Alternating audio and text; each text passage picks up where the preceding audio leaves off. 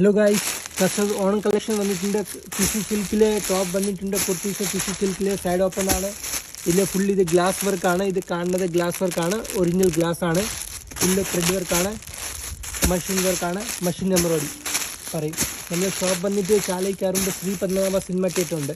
അതിൻ്റെ ബാക്ക് സൈഡാണ് നമ്മളെ കട പറഞ്ഞത്. ഹോൾസെയിൽ മാത്രമേ ഉള്ളൂ, റീറ്റെയിൽ ആൾക്കാരെ കോൺടാക്ട് ചെയ്യല്ലേ. ഓൺലി ഹോൾസെയിൽ മാത്രമേ ഉള്ളൂ.